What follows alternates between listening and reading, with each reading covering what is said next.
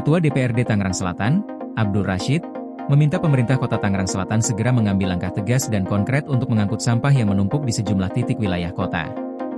Menurutnya, penumpukan sampah yang dibiarkan selama berhari-hari di sepanjang jalan telah menimbulkan gangguan serius bagi masyarakat, baik dari sisi kenyamanan, kebersihan lingkungan, maupun potensi dampak kesehatan. Abdul Rashid menilai persoalan sampah tidak boleh dibiarkan berlarut-larut. Ia menegaskan DPRD Tangerang Selatan mendorong pemerintah kota untuk segera bergerak melakukan penanganan nyata terhadap kondisi yang terjadi saat ini. Ia menekankan bahwa keberadaan tumpukan sampah di ruang publik, terutama di jalan-jalan utama, sudah sangat mengganggu aktivitas warga.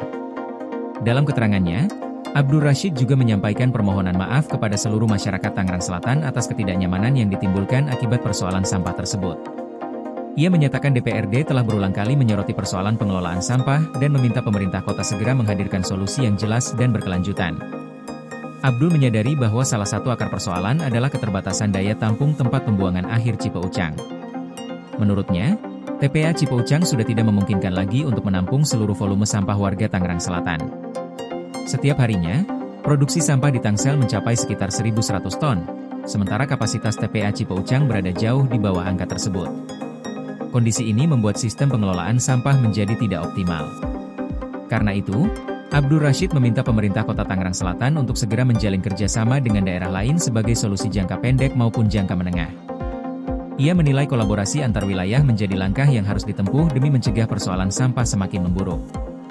Ia mengungkapkan bahwa sebelumnya Pemkot Tangsel telah melakukan upaya kerjasama dengan pemerintah Kabupaten Pandeglang terkait rencana penggunaan TPA di Bangkonol.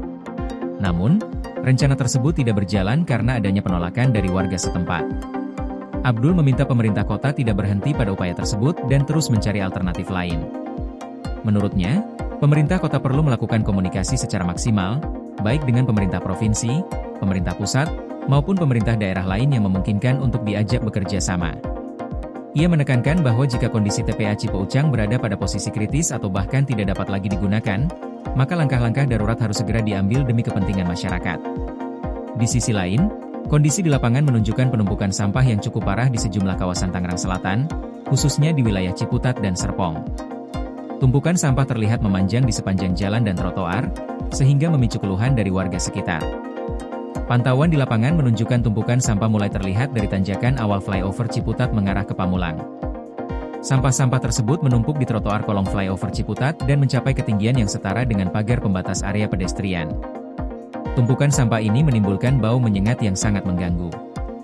Jenis sampah yang terlihat pun beragam, mulai dari sampah rumah tangga, plastik, hingga barang-barang berukuran besar seperti potongan kayu dan kasur bekas. Selain di kolong flyover Ciputat, penumpukan sampah juga terlihat di sepanjang trotoar jalan dari arah Ciputat menuju Pamulang. Sampah yang dikemas dalam kantong plastik tampak berserakan dan menutup sebagian akses pejalan kaki. Kondisi ini tidak hanya mengganggu kenyamanan warga, tetapi juga menciptakan kesan kumuh di kawasan perkotaan. Masyarakat berharap pemerintah kota segera mengambil langkah cepat dan terukur untuk mengatasi persoalan sampah tersebut, agar kebersihan lingkungan dan kenyamanan ruang publik di Tangerang Selatan dapat kembali terjaga. Koordinasi PLN dengan TNGL jelang Hari Kesaktian Pancasila. Listrik terbangun, alam tetap lestari. Panen perdana garam Aceh. PLN hadirkan energi untuk UMKM di momen menyambut Hari Kesaktian Pancasila.